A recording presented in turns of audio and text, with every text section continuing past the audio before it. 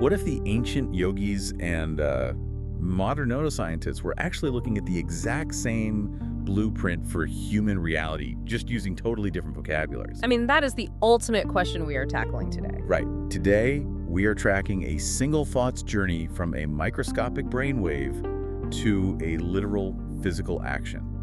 Welcome to this deep dive. Thanks. I am really excited to get into this stack of research. Me too, because our mission for you today is honestly an incredibly ambitious one. We are going to map out the complete, literal pathway of how a fleeting, abstract thought floating around in your head transforms into a concrete physical action out there in the real world. Yeah, and if you think about that for just a second, we do this thousands of times a day, right? Completely unconsciously. Thousands of times. But the actual mechanics behind it, the real biology and the physics of how an idea literally becomes a movement, it's absolutely mind-blowing. It really is the ultimate question of human agency. It totally is. And to help you understand this, we've curated a pretty massive stack of sources for you. A very heavy stack. Yeah, exactly. We are pulling from peer-reviewed neuroscience papers on the default mode network and spontaneous thought. We've got complex research on neurodynamics, neural oscillations, and brain-computer interfaces. We are also looking at Dr. James Doty's clinical insights on the neuroscience of manifestation, which is fascinating. Right. And to bring a completely different, but honestly parallel perspective to the table, we are comparing all this cutting-edge science with ancient metaphysical texts that detail the philosophy of yoga. Which is such a wild combination of sources, but it works so perfectly. It really does. I've been poring over these notes, and the concept that ties all these incredibly diverse sources together is what is being called the neurobiological and metaphysical architecture of intentionality. Which I know is quite the title. It's a mouthful. Yeah.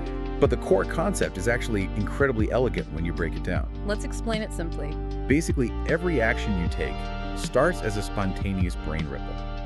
By paying attention to that ripple, adding the emotional fuel of desire to it, and using your brain's executive filter to clear away distractions, that ripple becomes a solid action. It is the literal science of turning thoughts into reality. Exactly. We're essentially tracking how energy moves from a state of pure potential to a state of realized action. It's a biological transmutation process, and whether you are looking through the lens of a functional MRI machine mapping blood flow in the cortex, or, reading a thousands of years old Sanskrit text mapping the subtle energies of the mind, the stages of this transmutation map onto each other in a way that is just hard to ignore.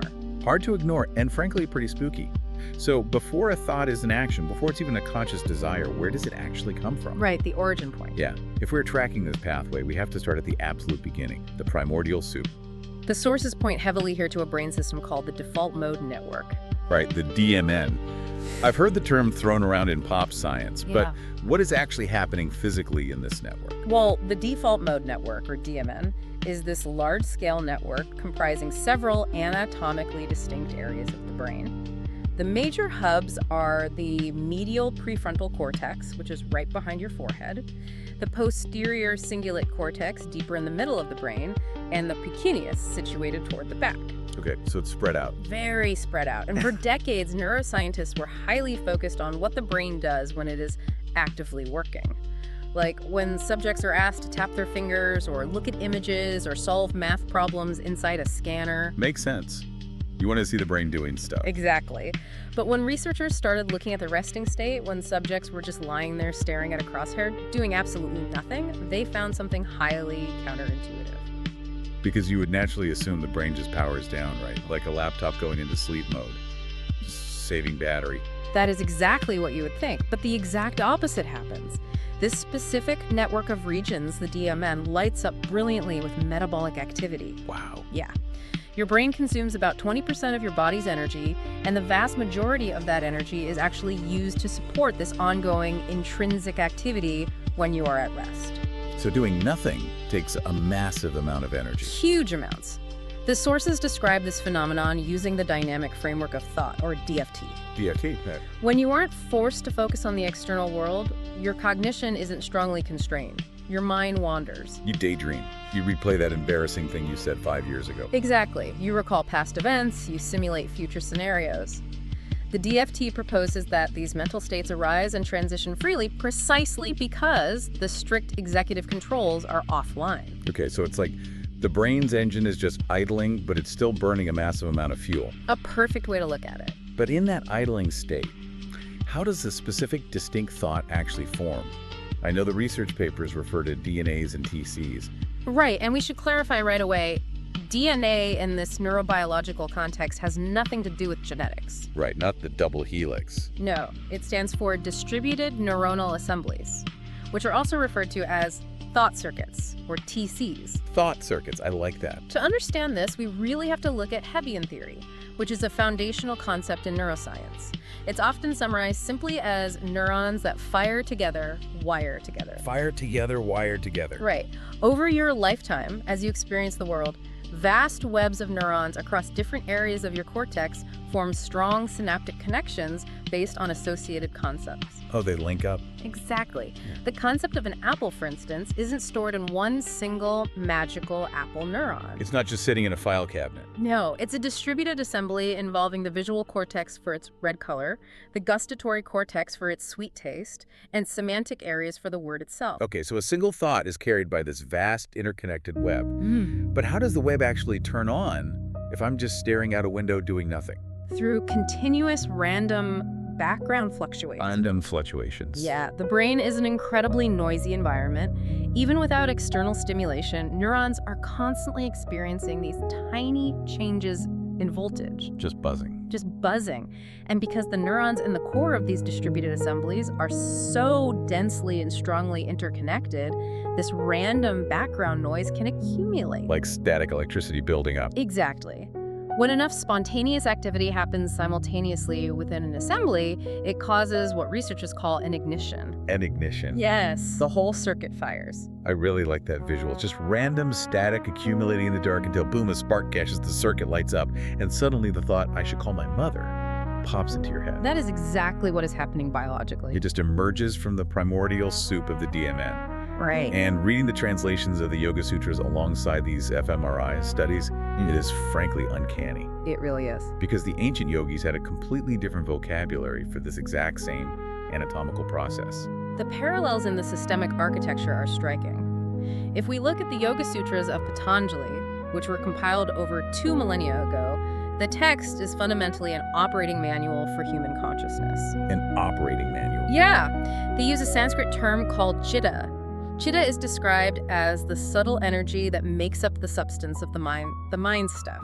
Mind stuff. It is the ground floor of consciousness. It's a vast repository of all past impressions, memories, and latent tendencies. Okay, so chitta is functionally the ancient equivalent of the default mode network's baseline activity. Yeah. And those distributed neuronal assemblies we just talked about. Yes. It's the repository of everything you've ever experienced, just sitting there in the background. And just as the DMN produces spontaneous ignitions of neuronal assemblies, the ongoing activity of chitta produces something called vriddis.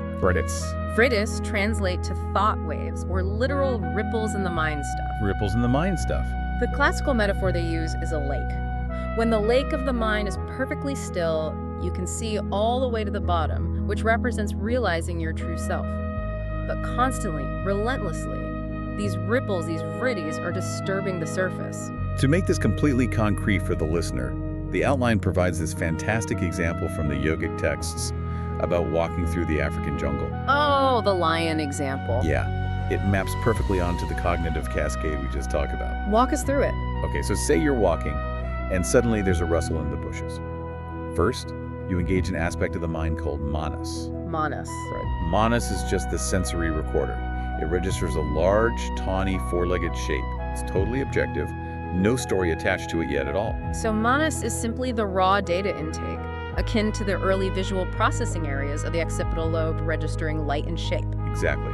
But that raw data doesn't stay objective for long, right? Not at all. The next layer of the mind, called buddhi, steps in. Buddhi is the intellect, the categorizer. It references the raw sensory data against your past memories, your stored neuronal assemblies, and categorizes it. It essentially says, that shape matches the pattern of a lion. Lions are dangerous predators. But even then, it's just a factual categorization. The part that causes the actual psychological suffering, the part that turns that ripple into a massive tsunami, is ahamkara. Ahamkara, the ego. The ego. Ahamkara swoops in, claims the objective experience, and makes it deeply, deeply personal. It looks at the dangerous predator and screams, "This lion wants to eat me." Right. Suddenly, a neutral sensory input has become a terrifying personal threat. And this rapid escalation from sensory input to egoic identification is exactly what the ancient practitioners were trying to interrupt. Absolutely. The ultimate goal of yoga is famously defined in the second sutra, Yoga's Chitta Vritti Nirodha, Yoga's Chitta Vritti Nirodha. which is generally translated as yoga is the cessation of the modifications of the mind. So stopping the ripples. Exactly. The entire purpose of the meditation practices is to learn how to master these spontaneous ripples. The goal is not to brain damage yourself or permanently destroy the capacity for thought. Right, you still need to be able to think. And you do. But the goal is to quiet the background noise so you can stop the automatic cascade. You learn to observe the ignition of a neuronal assembly without letting the ego attach a narrative to it, allowing you to consciously choose your actions rather than being driven by every random vritti. It's just fascinating that the yogis saw this process as ripples or waves in a lake. Because when you look at how the brain actually transmits these signals, we are quite literally dealing with physical waves. Yes. Like, this isn't just a metaphor. Far from it. When we talk about the physics of thought, it is crucial to understand that the brain is not a computer in the traditional digital sense. Right. Our modern laptops operate on simple binary logic gates, transistors that are strictly either zeros or ones, on or off. Very rigid. Very rigid. The brain, however, is a highly parallel, fuzzy, analog architecture. Information isn't transmitted merely by whether a neuron fires or remains silent. The critical data is carried by the rate of the firing and the highly precise timing of that firing relative to other neurons. So instead of a calculator processing binary code, it's more like a massive improvisational jazz ensemble. I love that comparison. The rhythm, the timing, and how the instruments sync up with each other matters just as much as the individual notes being played. That's a very apt way to look at it. And when tens of thousands of neurons fire together in rhythmic, synchronized patterns, they create macro-level fluctuations in electrical voltage. Which are brain waves. Exactly. These are neural oscillations, which we commonly call brainwaves. What's particularly interesting in the neurodynamics research is how these brainwaves reflect a system operating near criticality. Criticality. I've seen that term used in physics. That's the boundary line between order and disorder, right? Yes. The brain is constantly balancing on a knife edge between strict order and total disorder. In complex systems theory, this optimal state of balance is mathematically characterized as pink noise, or 1F noise. Pink noise. If the brain's electrical activity were too orderly, it would be like a crystal lattice, completely stable but entirely rigid. You would be trapped in repetitive, unbreakable loops, unable to learn or adapt. That sounds awful. It is. This is similar to what happens during a seizure, where massive synchronous firing overrides all useful computation. And on the flip side, if the electrical activity was completely disordered, it would be total static. Yeah. Pure chaos. Right. You couldn't string a sentence together or coordinate the muscles to walk across a room. Operating near criticality, that pink noise state provides maximal flexibility while maintaining systemic stability. It allows the neural networks to instantly adapt to new external stimuli or internal goals while keeping their core functional integrity intact. That's the perfect sweet spot. It really is. And depending on the cognitive demands of the moment, these large-scale brainwaves shift into different frequency bands. Most people have probably heard of these in the context of sleep or meditation apps. Definitely. You have your delta waves, which are massive, slow oscillations occurring mostly in deep restorative sleep. Then theta waves, slightly faster, heavily tied to deep relaxation, memory consolidation, and certain stages of creativity. Right. Alpha waves are the dominant rhythm when you're awake but relaxed with your eyes closed. Beta waves take over when you're actively engaged, alert, or solving a problem. And finally, gamma waves, the fastest frequencies, are associated with high-level cognitive processing, intense focus, and moments of sudden insight where different brain areas synthesize information perfectly. This spectral hierarchy is foundational to a theory called communication through coherence. The communication through coherence, what does that mean practically? Well, if two anatomically distant regions of the brain, say, the visual cortex at the back of the head and the prefrontal cortex at the front, need to share complex information to execute a task, they will dynamically synchronize their oscillations. They sync up. They begin firing at the exact same frequency and in the same phase. So they essentially tune their biological walkie-talkies to the exact same channel. Exactly. When the peak of a wave in the visual cortex perfectly aligns with the peak of a wave in the prefrontal cortex, the signal passes through the noise with maximum efficiency. It's a physical resonance. And this literal, measurable reality of brain resonance bridges us into some highly controversial but absolutely mind-bending territory in our sources. Oh, yes. Because there are theories attempting to link the fundamental principles of quantum physics directly with human consciousness. You're referring to the ORCHA theory. Yes, ORCH. Which stands for Orchestrated Objective Reduction. This was proposed in the mid-1990s by Sir Roger Penrose, a Nobel laureate in physics who worked closely with Stephen Hawking, and Dr. Stuart Hameroff, an anesthesiologist. Quite the duo. Indeed. Now, the dominant view in neuroscience is that consciousness is an emergent property of classical physics, just the sheer complexity of billions of neurons firing chemical synapses. Just a really complicated machine. Right. But Penrose and Hameroff argue that classical physics cannot account for the binding problem of consciousness or the phenomenon of free will.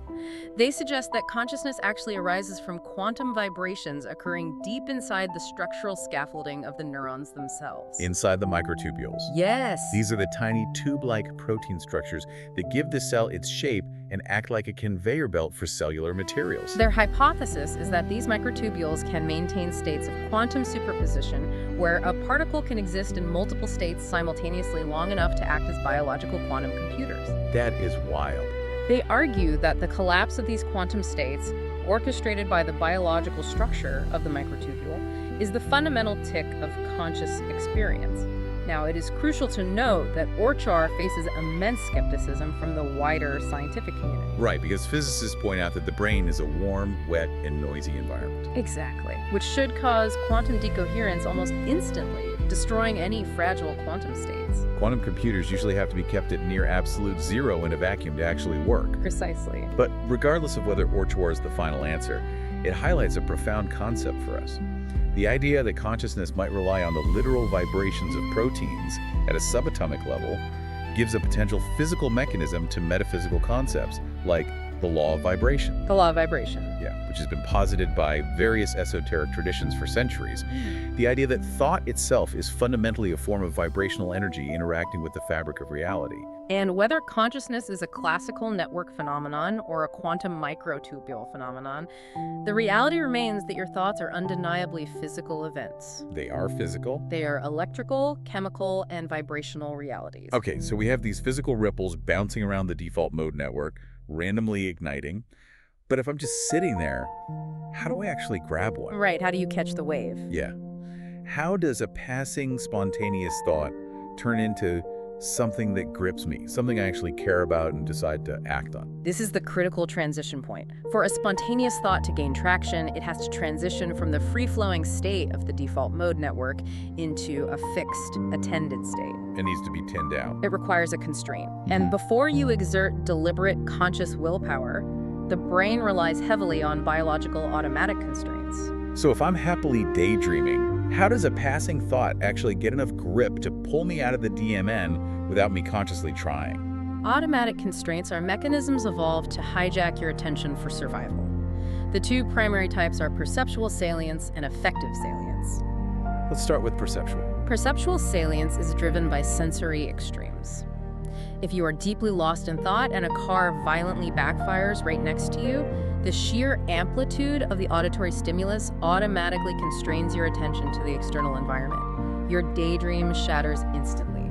That totally makes sense. The brain says, loud noise equals potential danger, drop everything else. Exactly. What about affective salience? Affective salience is internally driven by emotional relevance. If you are daydreaming, and a random neuronal ignition brings up the memory that you have a massive public speaking engagement tomorrow, the anxiety attached to that memory acts as an affective constraint. Oh, I hate that feeling. We all do. The thought becomes emotionally salient and your attention locks onto it. Neurologically, this handoff is managed by the salience network, or SN, and the dorsal attention network, the DN. So the salience network is continuously scanning all these background thoughts and sensory inputs. Yes. And when it detects something with a high emotional or survival value, it acts like a switchboard operator. It throws a switch that actively suppresses the daydreaming default mode network and recruits the dorsal attention network to stabilize your focus on that specific important thought. The switch is thrown and the thought is fixed. But what truly cements that thought into your working memory is the physiological power of emotion. Emotion is the ultimate cognitive amplifier. The ultimate amplifier. It radically reorders your brain's processing priorities. We can observe this empirically in the laboratory using electroencephalography, or EEG, by measuring something called the late positive potential, or LPP. What exactly does the LPP show us? The LTP is a sustained electrical waveform in the brain that surges roughly 300 to 400 milliseconds after a person is presented with a stimulus. When researchers show subjects emotionally evocative images, whether highly positive or highly negative, the amplitude of the LPP is massively larger and lasts significantly longer than when they are shown neutral images. It just spikes. It spikes and holds. This provides hard empirical proof that emotional thoughts capture our neurological resources faster and monopolize them longer than non-emotional thoughts. It's the difference between trying to remember what you had for breakfast 3 days ago versus remembering a moment where you were deeply embarrassed. Exactly. The neutral thought just slips away. The emotional thought has a gravitational pull. And reading the sources, the amygdala plays a central role in generating that gravity. The amygdala is frequently and somewhat simplistically labeled as the brain's fear center. While it is crucial for processing threats, a more accurate description is that the amygdala is an emotional relevance detector. A relevance detector? Yes. When the salience network flags a thought as highly emotional, the amygdala activates and sends rapid feedback projections directly to your sensory cortices. It literally changes how you see the world in that moment. It narrows your perceptual field, it enhances the processing of information that is relevant to the emotional trigger, and actively suppresses the processing of irrelevant background noise. Tunnel vision. From an evolutionary standpoint, if you are facing a predator or tracking elusive prey, your brain does not want you wasting computational power noticing the beautiful color of the leaves on the trees. It induces tunnel vision on the goal. So the thought has been caught by the switchboard, it's been amplified by emotion, your perceptual field has narrowed, and now this thought begins to turn into a craving. It turns into a drive. Yes, a drive.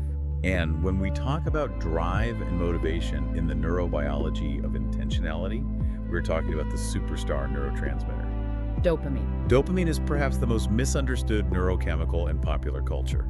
It is constantly referred to as the pleasure chemical, as if dopamine is the reward itself. Right, everyone talks about dopamine hits. But the neuroscientific consensus is quite different.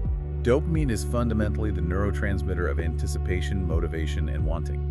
It is the chemical of distance. The chemical of distance, I like that. It's not the satisfaction of eating the meal, it's the drive that gets you off the couch to go find the meal. Precisely. And the brain manages this dopaminergic drive through two distinct parallel pathways that originate deep in the evolutionary older parts of the brain. First, we have the mesolimbic pathway. The mesolimbic pathway. This circuit links the ventral tegmental area, or VTA, in the midbrain directly to the nucleus accumbens in the ventral striatum. This is essentially the raw desire circuit. It is relentlessly focused on the future and the acquisition of reward. If we think of human motivation as a vehicle, the mesolimbic pathway is the engine block. Yes. It just generates raw RPMs. It generates the pure, unadulterated urge to go get the thing without any regard for context or consequences. A very fitting analogy. If we only had the mesolimbic pathway, we would be entirely impulsive creatures. But thankfully, we also possess the mesocortical pathway. Mesocortical pathway. This pathway connects that same dopamine-producing midbrain area directly to the prefrontal cortex at the front of the brain. This is the control circuit. So the mesolimbic pathway is the roaring engine. The mesocortical pathway is the steering wheel and the transmission. It takes all that raw, explosive power and actually directs it onto the road. It calculates. The mesolimbic system says, I want that immediately. The mesocortical system receives that dopaminergic signal and says, understood. Now, how do we strategically navigate the environment to achieve that goal without getting ourselves killed, socially ostracized, or violating our long-term plans? Which perfectly transitions us into the boss level of the human brain. The boss level. We've moved from the primordial soup through the emotional amplifiers and the dopamine engines, and now we arrive at the orchestrator, the prefrontal cortex. The prefrontal cortex, or PFC, is the anatomical structure that most distinctly separates human cognition from simpler mammals. It is the seat of executive function. But to truly understand its role in turning a thought into an action, we have to look at the evolutionary logic of why it exists in the first place. Why do we have this giant bulge at the front of our skulls? Right. We have all these bottom-up processes, sensory inputs, emotional reactions from the amygdala, dopamine urges from the midbrain. It's a chaotic marketplace of competing impulses. It's just a mess of signals. The PSC exists to provide what researchers call top-down bias signals. If the brain is a massive corporation with thousands of departments screaming for budget, the PFC is the CEO stepping in from the top down. The CEO. It actively holds on to the abstract pattern of your ultimate goal in its working memory and sends signals down into the lower brain regions to guide the flow of neural activity, ensuring the goal is achieved despite the chaos. The clinical literature provides a classic demonstration of this top-down control via the Wisconsin Card Sorting Test, or WCST. A great example. It is a standard neuropsychological assessment. A subject is seated at a table and given a deck of cards. Each card features symbols that vary along 3 dimensions: color, shape, and number of symbols. Right. The subject is asked to sort the cards into piles, but the examiner does not tell them the rules for sorting. The subject simply places a card, and the examiner says either correct or incorrect. So through trial and error, you figure it out. You place a red card on another red card, the examiner says correct, and you realize, the current rule is to sort by color. Exactly. Any animal with a basic associative learning system can figure that out, match the color, get the reward. Yeah. But the true test of the prefrontal cortex comes midway through the assessment. The twist. Without any warning, the examiner changes the rule. Color is no longer the correct sorting dimension, now it is shape. You put a red card down, expecting a correct, and the examiner says incorrect. At that moment, your top-down bias has to kick in. You have to realize the rule changed, hold the new rule shape in your working memory, and force your hands to stop sorting by color. Human patients who have suffered lesions or traumatic damage to their prefrontal cortex often fail the WCST spectacularly. Because they can't adapt. Exactly. Even after the examiner repeatedly tells them incorrect, they cannot stop sorting by color. They suffer from perseveration. Because their top-down control is compromised, they cannot apply a bias signal to override the previously established bottom-up stimulus-response loop. They are stuck in the loop. The PFC is what allows us to dynamically rewrite the rules of our own behavior in real time. But how does the CEO actually force the rest of the brain to comply? This leads us to one of the most counterintuitive, strange, and honestly fascinating concepts in the entire outline. The false tagging theory. Yes, FTT. This completely flipped my understanding of how human belief works. FTT represents a major paradigm shift in cognitive science regarding the nature of belief and doubt. According to this theory, the mind operates through distinct systems. We have our associative, automatic mind, often referred to as System 1. System 1. System 1 is a perpetual generation machine. It is constantly activating mental representations, ideas, and impulses based on environmental cues and stored memories. The radical proposition of FTT is that System 1 inherently automatically believes every single representation it activates. I really want you to sit with this for a second because it's wild. Your automatic brain automatically believes everything it imagines the instant it imagines it. The very instant. If you are standing on a high balcony and your brain flashes the thought, I could jump, System 1 actually believes that is a viable, true option. If you read a fake news headline, the moment you comprehend the words, your brain's default state is to believe it is true. It is a biological gullibility machine. It is entirely gullible because the associative networks do not possess the capacity for critical analysis. Therefore, FTT posits that the prefrontal cortex does not exist to create belief. Belief is cheap. Belief is cheap. It is the default baseline state of the nervous system. The metabolically expensive advanced function of the PFC, its primary job in executive control is to create doubt. The PFC is a biological doubt machine. Its function is to rapidly scan the myriad of believed impulses generated by System 1, evaluate them against your long-term goals held in working memory, and affix false tags to the thoughts that are disadvantageous, incorrect, or distracting. So if you are intensely focused on writing a novel and your phone buzzes, System 1 instantly generates the thought. Check the phone. It might be a text from a friend. Yeah. And it completely believes that is the most important thing to do. Yes. Your PFC doesn't have to mount a logical debate about the virtues of literature. It simply steps in and slaps a biological false or bad idea tag onto the phone-checking impulse. That tag inhibits the motor action. This model is theoretically elegant because it solves a persistent problem in cognitive science known as the homunculus fallacy. The homunculus fallacy. Historically, when trying to explain attention or inhibition, researchers would often inadvertently describe a system that sounded like a little man, a homunculus sitting inside a control room in the brain, looking at screens and pulling levers. Who decides to ignore the phone? The little man decides. But that's a logical dead end, because then you have to ask, well, how does the little man make decisions? Is there an even smaller little man inside his head? It's an infinite regress. Exactly. False tagging theory provides a neuromechanical, purely biological explanation for self-control. The lower brain continuously generates and intrinsically believes thousands of impulses. The PFC mechanically attaches inhibitory tags to the ones that conflict with its stored objective. It's just tagging data. The untagged, advantageous thoughts are the ones that naturally flow forward to drive behavior. It explains cognitive switching and attentional focus without requiring a magical observer inside the machine. And this choice-making process isn't just a general wash over the whole front of the brain. The PFC is highly specialized. Let's break down the anatomy of choice.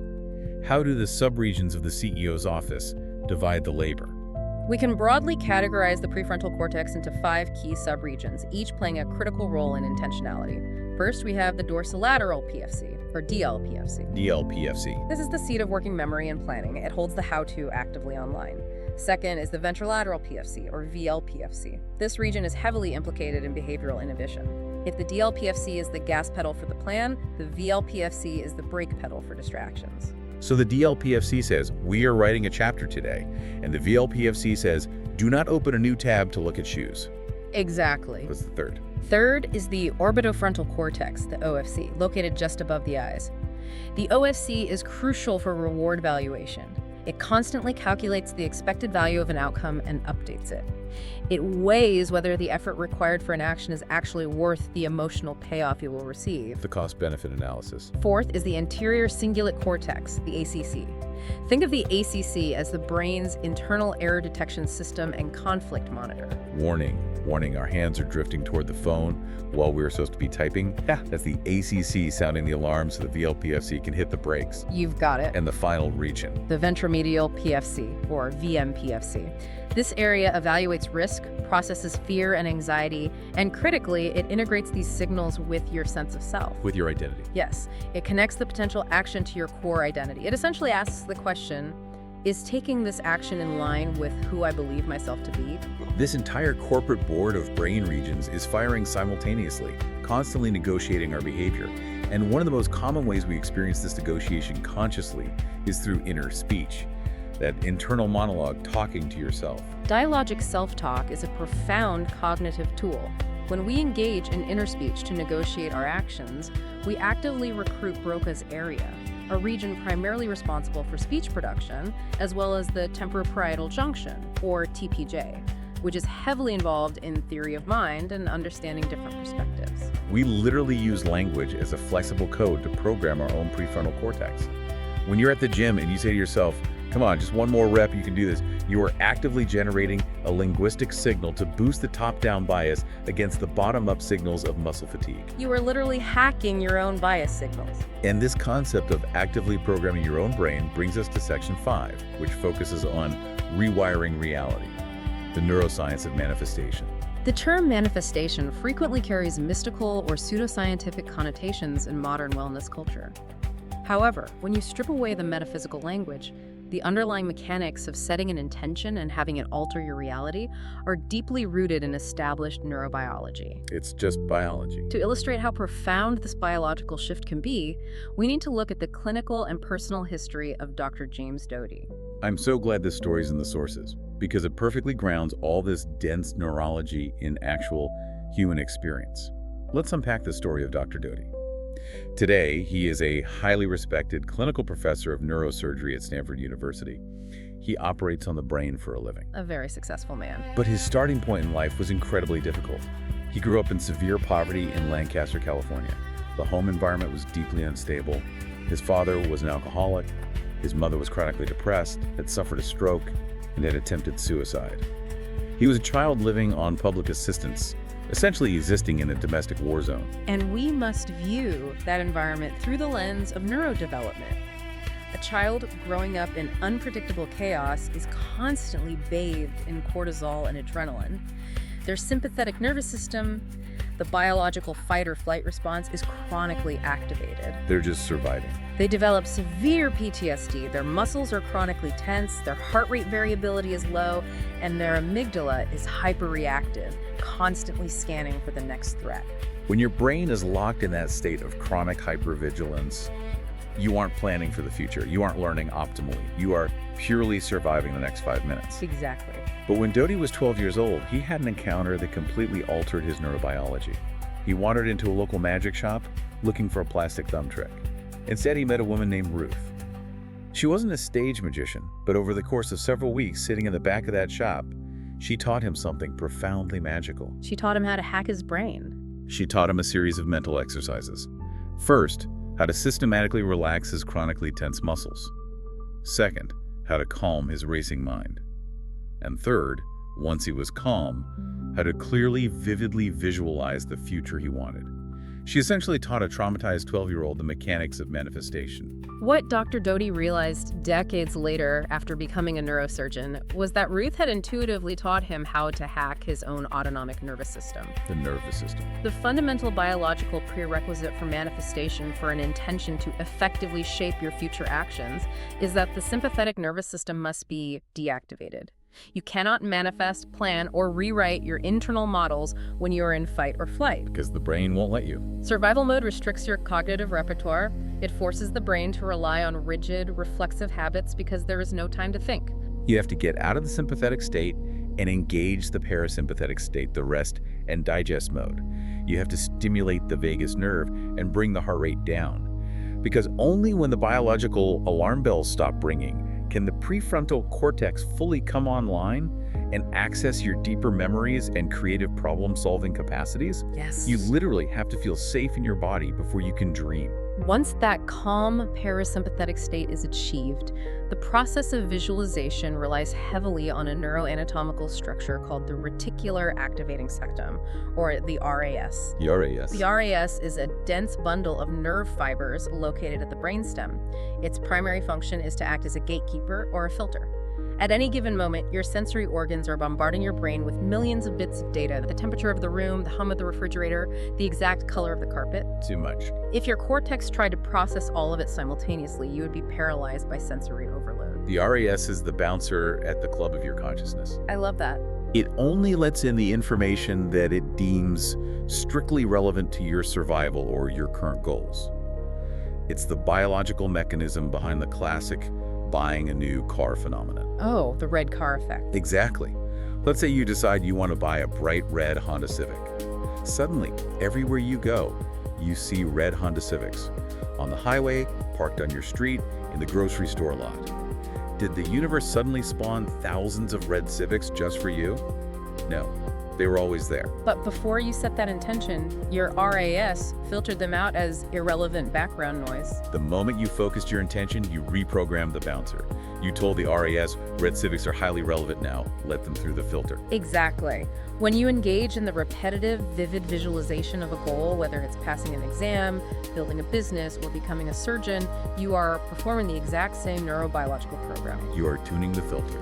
You are tuning the reticular activating system to act as a selective filter that suddenly allows you to consciously notice resources, social connections, and environmental opportunities that were always present but were previously ignored.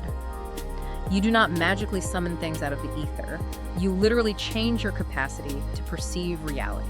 And it goes even deeper than perception, right? The sources emphasize that repetitive visualization physically alters the architecture of the brain through neuroplasticity. It does. The brain is not a static organ. It is constantly remodeling itself based on experience. And here is the truly wild part. Your brain's sensory and motor cortices often cannot distinguish between a highly vivid, emotionally charged visualization and a real physical event. That is absolutely correct. When you vividly imagine performing an action, many of the exact same motor and sensory networks light up as if you were actually performing it. Returning to Hebbian theory, neurons that fire together wire together. By repeatedly focusing on an empowering vision of your future while in a calm, parasympathetic state, you are forcing those specific networks to fire.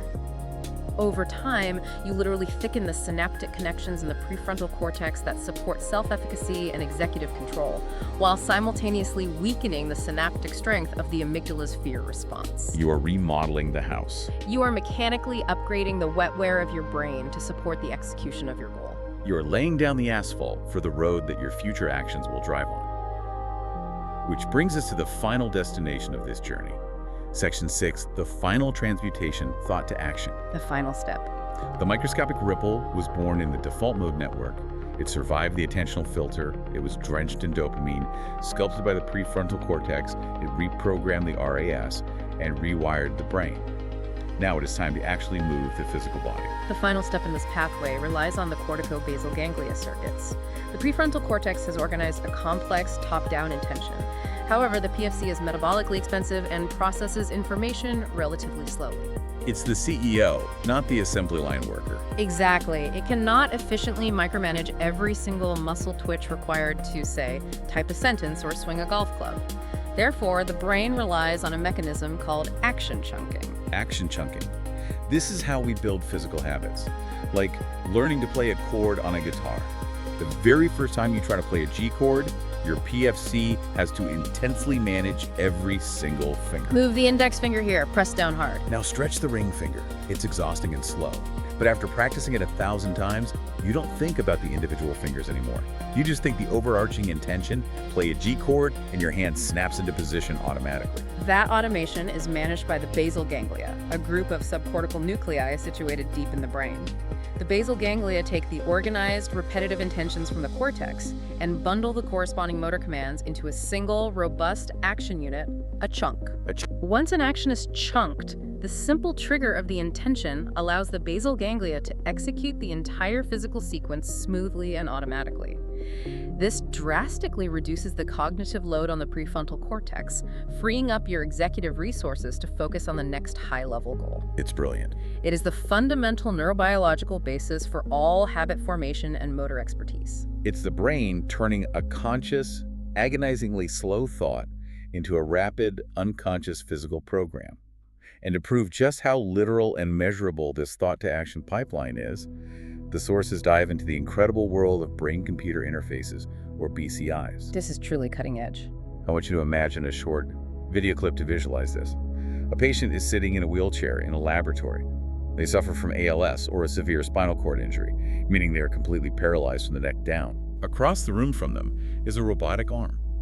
The patient simply stares at the arm, focuses their mind on the intention to move, and the robotic arm hums to life, lifts a cup of water, and brings it gently to the patient's lips. There are no physical wires connecting the patient's body to the arm. It is pure thought moving heavy machinery. It sounds like science fiction, but this is current, peer-reviewed medical reality. BCI research provides unequivocal proof that thoughts are literal, measurable electrical commands. It's just astonishing. In a patient with a severed spinal cord, the anatomical bridge between the brain and the muscles is broken. However, the primary motor cortex in the brain is still fully functional. When the patient generates the intent to move their hand, the specific neuronal assemblies in the motor cortex still ignite and generate the precise electrical firing patterns associated with that movement. The bridge is washed out, but the cars are still driving right up to the edge of the cliff. The signal is there, it just has nowhere to go. Exactly. To capture that signal, neurosurgeons implant microelectrode arrays directly into the tissue of the motor cortex.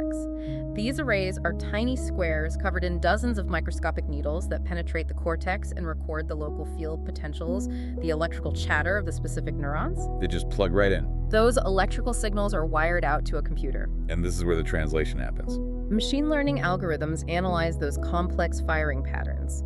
The computer learns that when the patient intends to, say, move hand left, a specific constellation of neurons fires in a specific rhythm.